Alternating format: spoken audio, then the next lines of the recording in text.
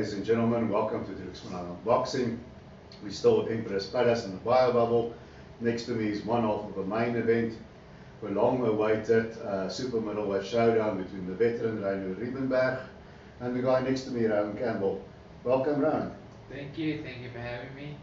Rowan, this is a big fight for you, but before we get to a fight, let's do a bit of background. How did you start boxing? I got into boxing from being overweight and stuff like that, so I wanted to get healthier and lose weight, and I joined the MMA gym. Then I moved over to Peter's gym at 15, and then the proper love of boxing started to grow when I went to Peter's gym. Okay, so you didn't have an amateur career? I had 3 fights as amateur, but not many. Yeah, so hardly anything. Yeah, I went to a few tournaments, but it was going to be the same guy over and over. There wasn't much for us. Okay. Yeah. All the guys in the lower weights? Yeah, the lower weights were booming. Yeah. I remember the guys in 60 kgs, they didn't struggle at all to find fights. Basically same story as Kevin. He also couldn't find guys to fight, so he went straight into the pros. Tell us about that first pro fight. I remember it very well. I was pretty nervous. Just proper butterflies and excitement at the same time. So the first fight was just interesting. I've grown so much since then. It's actually quite hard to talk about it right now. But the first fight I'll never ever forget. Like, it has a special place in my heart. A lot of nerves? A lot of nerves then. A few people said to me they thought I was going to vomit. Okay. Yeah. But not on your opponent. You did that in the dressing room. No, in the dressing room, yeah. Yeah. Okay, and then a few years and a couple of fights later, you fought Rensen Objani for, I think it was a vacant SA super middleweight title. Yes. And you went 12 rounds for the first time. Talk us through that fight and that experience. That was the first fight where, like, afterwards I left and I was like, wow, my body was sore for like 6-7 days. I couldn't straighten my arm, and it was just such a big difference from the 6-8 rounders to the 12 rounder. And that was my first full 12 rounder. So the things which I experienced there, like just even the heat of the lights, just the longevity of the fight. And Rensen was talented. He was a nifty bandit. So it was a tough fight, a good thinking fight. But that was a good one. Do you find yourself that you have it in the back of your mind all the time, I have to go 12, so you sort of hold yourself back, trying to pace yourself, or you just thought, I'm fit, screw it, just go?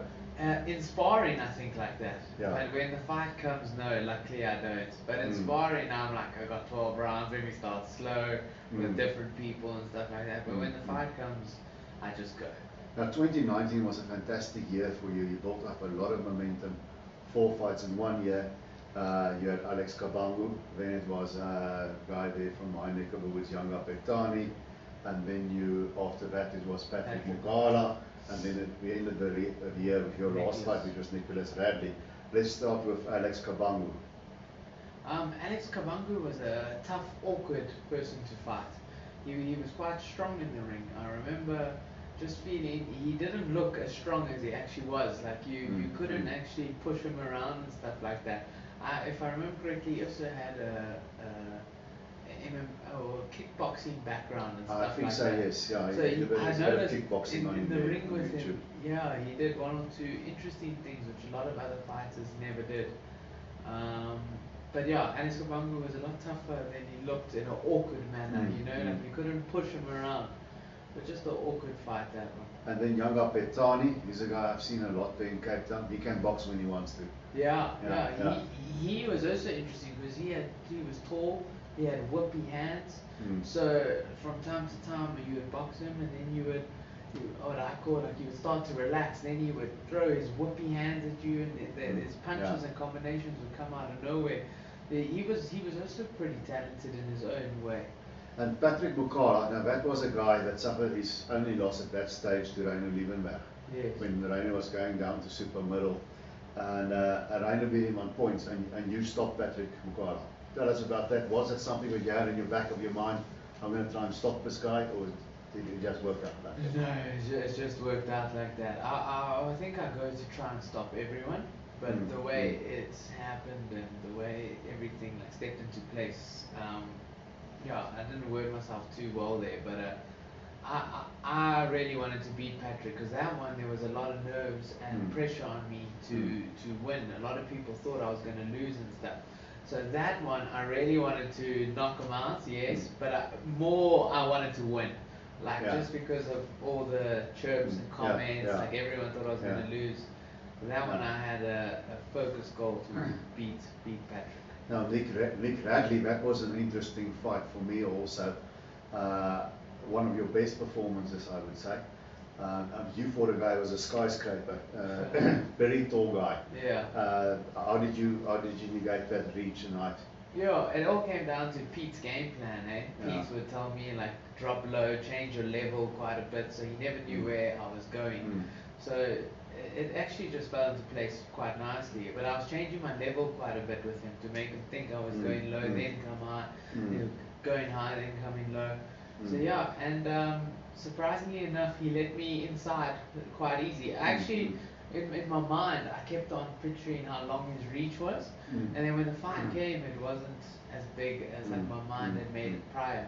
I remember the first 2 rounds, I struggled to get going because I was just thinking, shit, his reach.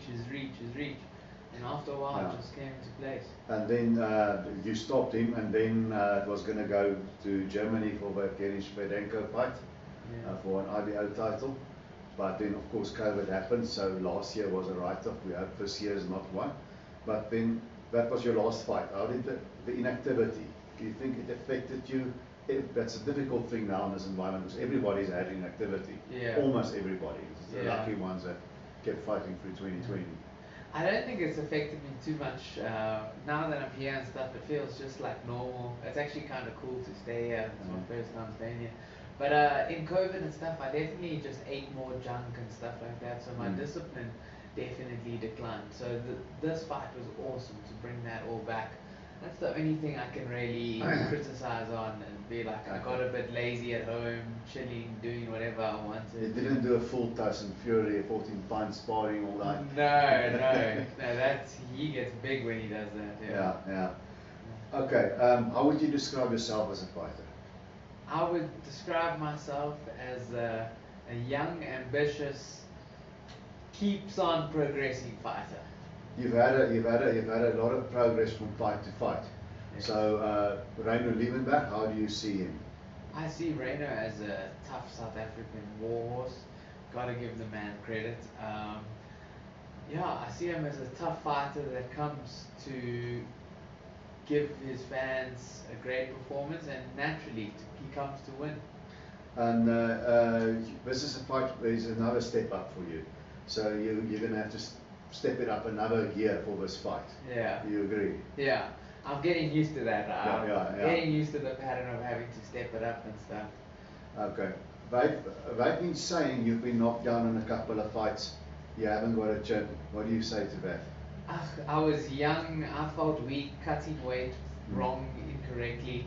I feel like as well the punches I can take now to the punches I can take then. It's 2 different people. You know, if you had to put that person, I can't explain it, but your body, your face, everything, you just start to absorb more power. You can be hit by harder things. So I was young and learning. Made a lot of mistakes. Okay, now for this fight, you look physically different to me. You're much leaner than when you previously looked. Did you do things differently? You look like you've done something different. Yeah, definitely. I took this training camp a lot more serious. I took my nutrition and discipline to another level. I really wanted to, like Pete says, try not to cut too much weight and stuff like that. So I wanted to come here and not have to cut like 4 kilograms the night before and stuff like that. So I was a lot more disciplined, a lot more focused, and like in the past, you know, it does weaken you when you step in the ring and you've cut like 4 or 5 kilograms the night before. So Reino's not going to be experiencing that person. Okay. Rowan, look into the camera, tell the fans who's going to be tuning in on Sunday afternoon, what can they expect to see from Rowan Campbell, and give us a prediction on the fight. How's it, guys? On Sunday you can predict or be expecting an awesome fight. I'm coming there to give it all I've got. I must win, so I'm coming to win. And I think there's going to be new South African favourites coming up in the super middleweight division real soon. Stay tuned. Thanks, Rowan. Thanks for your time. Have a good rest, and we look forward to seeing you tomorrow. Best of luck. Sure, thanks.